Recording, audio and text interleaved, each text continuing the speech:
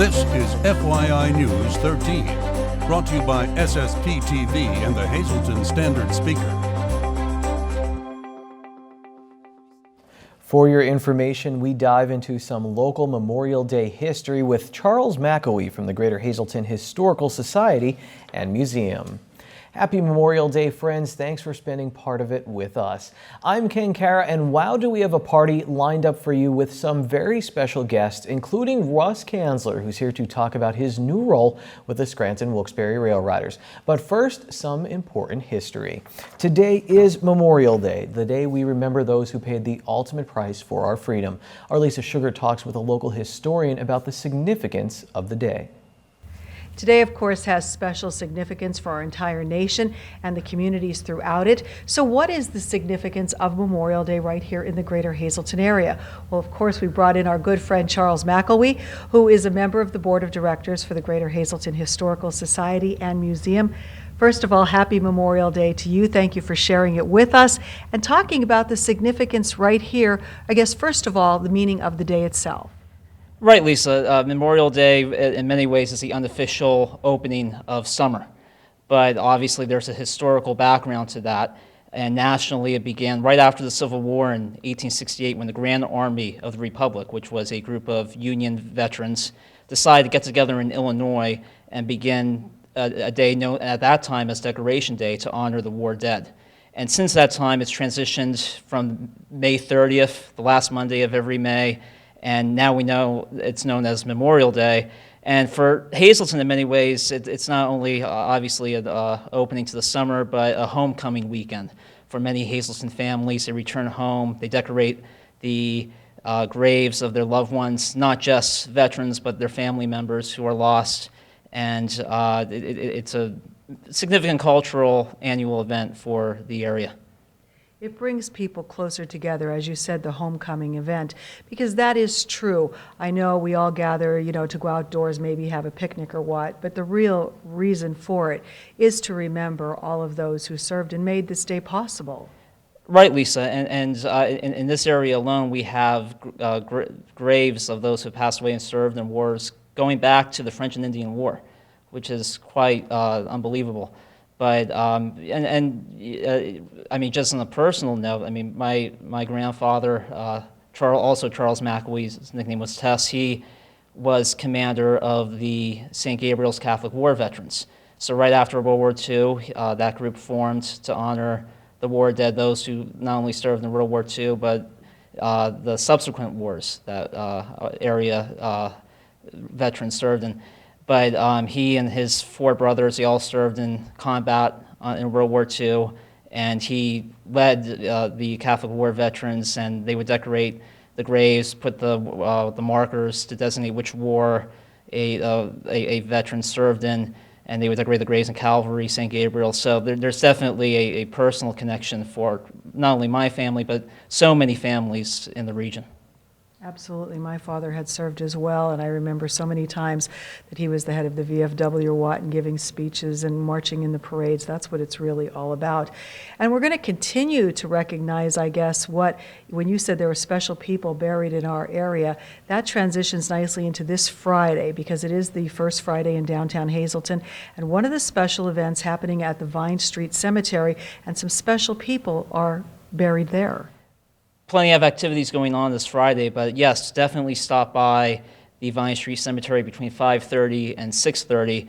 John Probert, who's the president of the Hazleton Cemetery Association and a historian of the region, he'll be leading a tour of Vine Street Cemetery, which in many ways is not only a cemetery but a park. You'll learn about the significant the trees in the cemetery, the significant and unique graves found within the cemetery, and as well as the people buried there. There is plenty to learn there. I believe it's over 20,000 people are buried in the cemetery. So definitely stop by this Friday, and it will be a fascinating look at not only the cemetery, but Hazleton's past. And I know this is a repeat event. They had this in the past, and it was very successful. A lot of people interested in our history. Right. We've had this event in the past. Just last August, it's a huge hit. Really, if you went before, come again. You'll always learn or find something new at the Vine Street Cemetery. And it's a hidden gem right in the center of the city. All righty. Well, again, that is happening this Friday as part of the First Friday celebration. Charles, thank you so much for joining us, and we hope that you and everyone watching has a very happy and safe Memorial Day. Thanks, Lisa. You too. Thank you, Charles and Lisa. Coming up on our Memorial Day special, my sit-down interview with Russ Kanzler, I will be making some suggestions to him for Hazelton Day at PNC Field, the home of the Scranton Wilkes-Barre Rail Riders. After this break, there's a special event coming up this summer for veterans of the Korean and Vietnam Wars. We'll speak with the founders of Voices for the Fallen when we come back.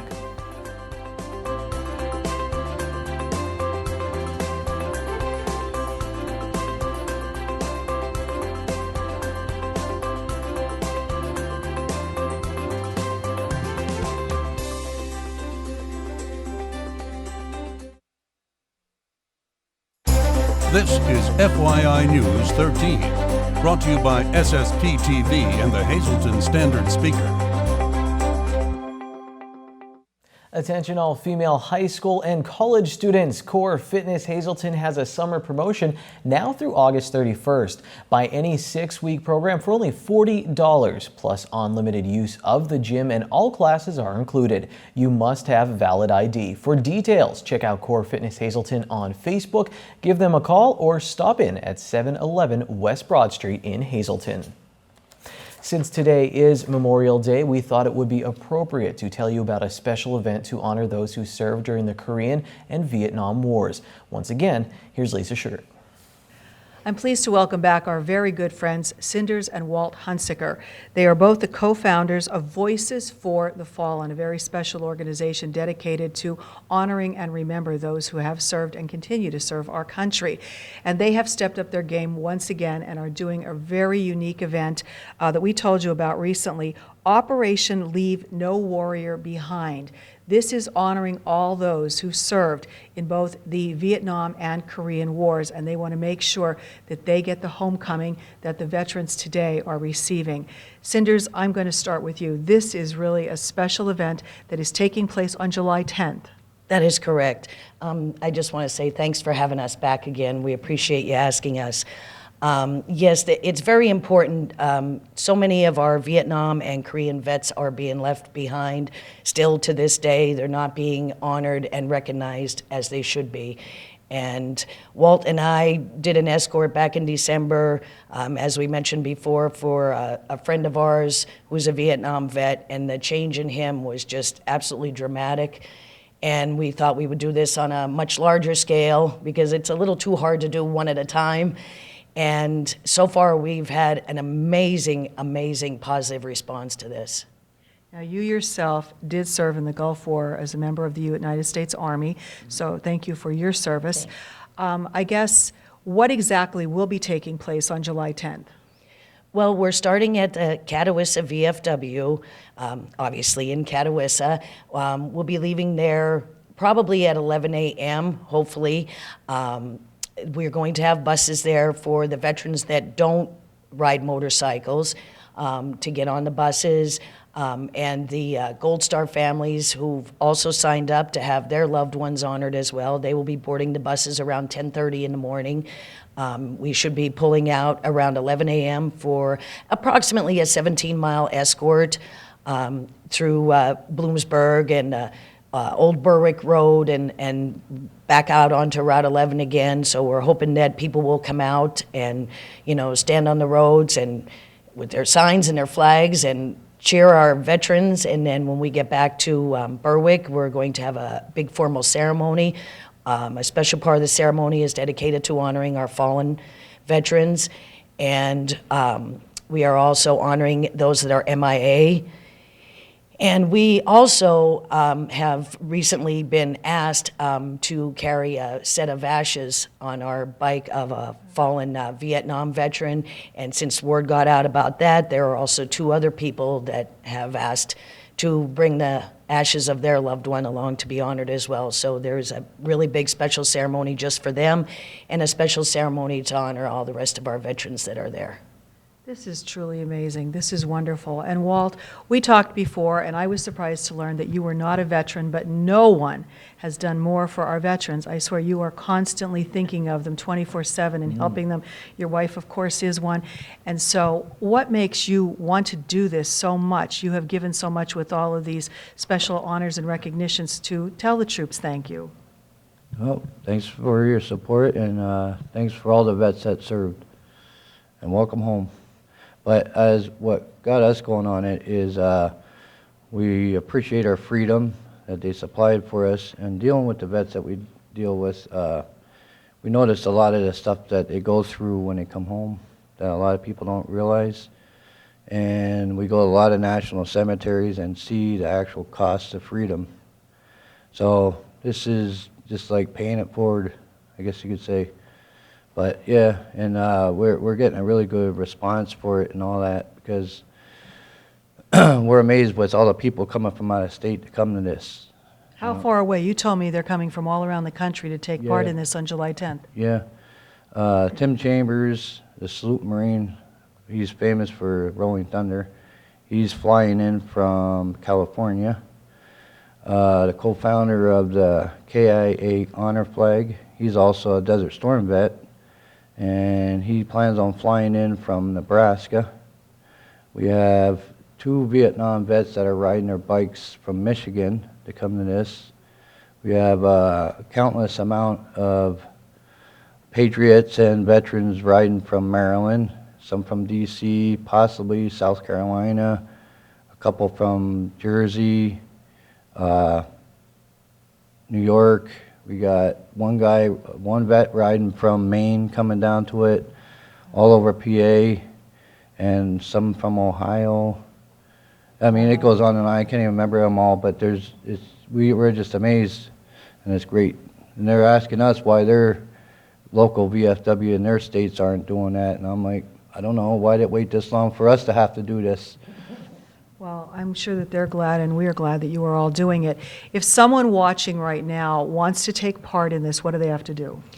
Well, we have an email that you can contact us through, voicesforthefallen@gmail.com, or you can call us and leave a message at 570-751-4762. All right, well, if you would like to participate, if you are a veteran, you know of someone who served in Vietnam or Korea, or they're deceased and you would still like to have them honored, please get in touch. Also, if you'd like to make a donation to this wonderful cause, you can mail checks to either of the VFWs, but put in the memo line that it's homecoming, and you can send the donations to the local VFWs involved. And I say thank you for what you are doing, both of you, and I hope that a lot of people will get involved and we'll have a truly remarkable homecoming on July 10th. Cinders and Walt also want to thank Mercenaries Motorcycle Club of Berwick for their assistance with the event. The deadline to submit a name for recognition is June 26th. This segment was brought to you by Valley High on Route 93 in West Hazelton. Celebrate your Memorial Day weekend at Valley High, enjoying some great food and ice cream. Be a part of a great Hazelton area tradition at Valley High. When we come back, Russ Kanzler, former major leaguer, is here to get us excited for Hazelton Day at PNC Field in Moosic.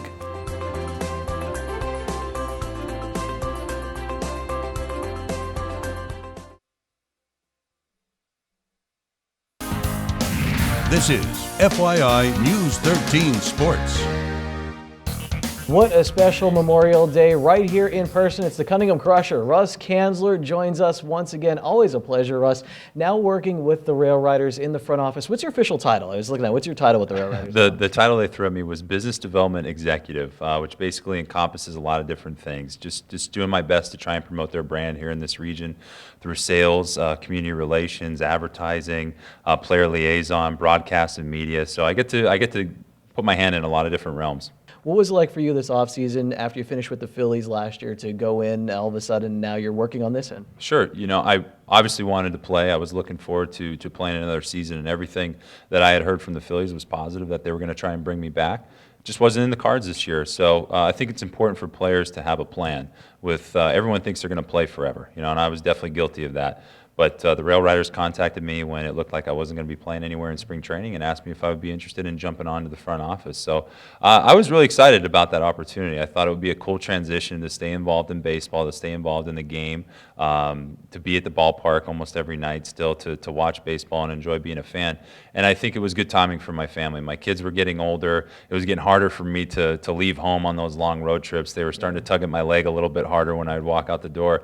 And that's what's most important to me is my family and being there. So this gives me an opportunity to stay involved now in the community, to stay involved in baseball, and to be more accessible to my family. And one of the major projects Russ working on right now, Hazelton Day, August 9th with the Rail Riders. They'll be hosting their rival, the Lehigh Valley Iron Pigs.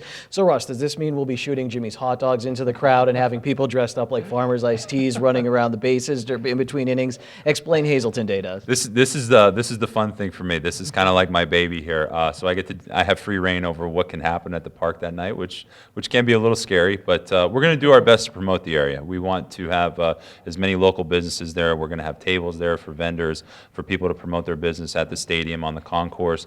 We're going to have nonprofit organizations that are going to have a chance to fundraise there. We're going to have youth baseball organizations. It's taco night, so we're going to have taco nights there too. But my goal is a sellout. I'd love to have a sellout. I'd love for us to show our strength to the rest of northeastern Pennsylvania, that we're a strong community that loves the game of baseball. We have a great product up the street in Scranton. A major affiliation with the New York Yankees at the AAA level. There's going to be a lot of guys that are playing on this team now that are going to be staples in the Yankees organization for a long time.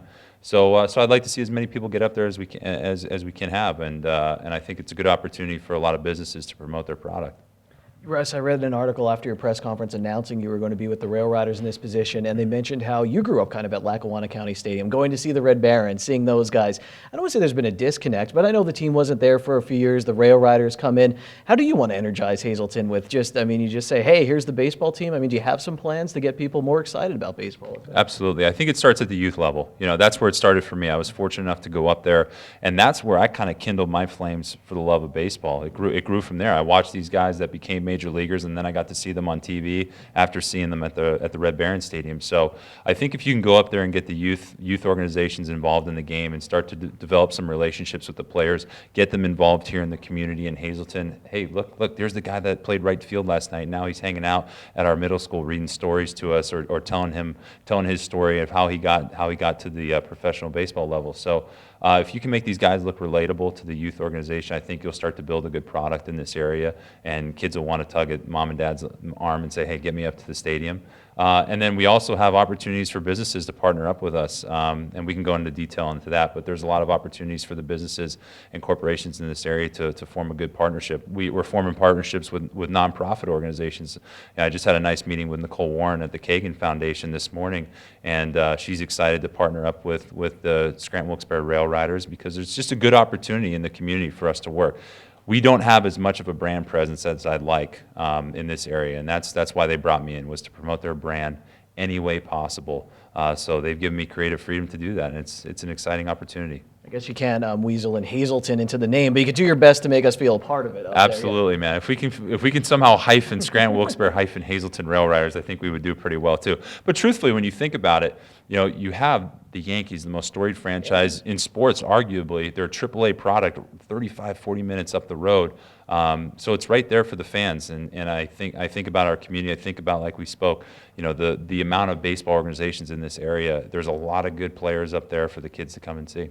Now, Russ, you're great to work with if someone is watching this with a business or with anything from the Hazelton area, and they say, hey, I want to get involved with the Rail Riders, find out more information. How can they reach you? rkanzler at swbrailriders.com. I got my official business email. I feel very professional with that. So all inquiries can go to there, or you can look me up on Facebook at Russ Kanzler. My only experience with seeing how the Yankees organization operates from the inside is based on Seinfeld and George Costanza. Is it anything like that? Did you grow up watching Seinfeld? I've seen it. Yeah, exactly like that. I go into a big scary boardroom and I have big meetings. No, it's great. They have a very loose environment up there. It's a bunch of people working in the front office that love baseball, and they're very dedicated.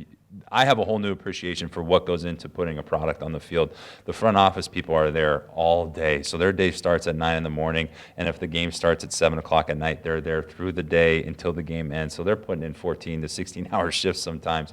And that's just to put a good product on the field that promotes great baseball in a family environment. So I have a whole new appreciation for what they do at the front office. Two more questions, Russ. One is, speaking of youth baseball, you're a manager now at Valley West. I saw opening day pictures and my mind was almost blown. There you are back in the Valley West uniform. What's that like? And I take it, is it for your kids? Or Yes, yeah, my son's playing T-ball down at Valley West. So, I had some offers from some professional teams to manage, but I said, you know what, I want to build my resume down at the bottom. You got to start at the bottom, T-ball.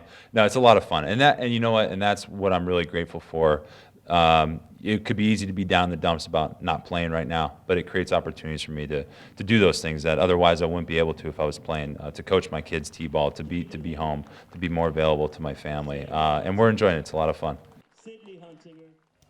Russ and I talked for a while about a number of topics, including his new broadcasting career, and you can see the full interview on FYI very soon. I'll let you know when on our Facebook page. Right now, Ron Marchetti joins our Memorial Day party. Happy May 30th, everybody. True hope you are still having a very nice Memorial Day. This long weekend is almost over, but it's not over until it's over. On this day in 1911, 80,000 spectators witnessed the very first Indy 500. The winning average speed was 74 miles an hour, and the race took just under 7 hours to complete. When I was in elementary school in the early 50s, I remember the winner of the 1953 Indy 500. That race seemed like it was a much bigger deal than now. Bill Vukovich was his name. I remember my dad being a race fan, and then for some reason I kind of idolized Bill Vukovich, especially after he won his second straight Indy 500 in 1954. The Mad Russian was actually the only driver I knew of. Needless to say, I was keyed up for the 1955 Indy 500. Could Bill Vukovich make it 3 in a row? I listened to the race on the radio with my dad. It was so exciting to hear those roaring engines. We had the TV then, but we could only get 2 channels. Chief Halftime was on one and Sally Starr on the other. But anyway, Bill Vukovich was my hero, and he was winning again, well on his way to make it back to back to back 3 in a row, which would be a new record. With 200,000 fans watching on a cool, gusty, and overcast day, and Vucky driving brilliantly at the 150-mile mark, it happened.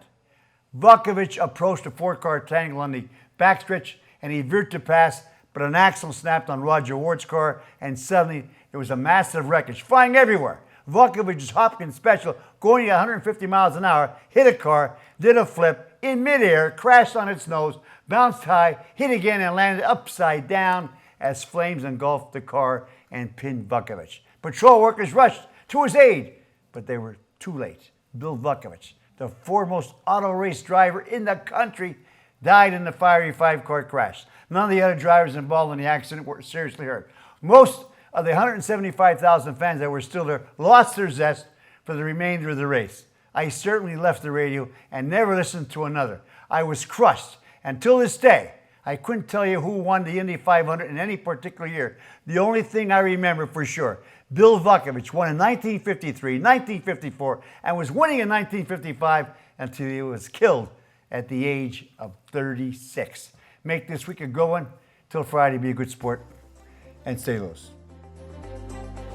Everyone, we hope you have a happy and safe remainder of your Memorial Day, and come back and join us tomorrow on Tuesday for more local information here on FYI. We'll see you then.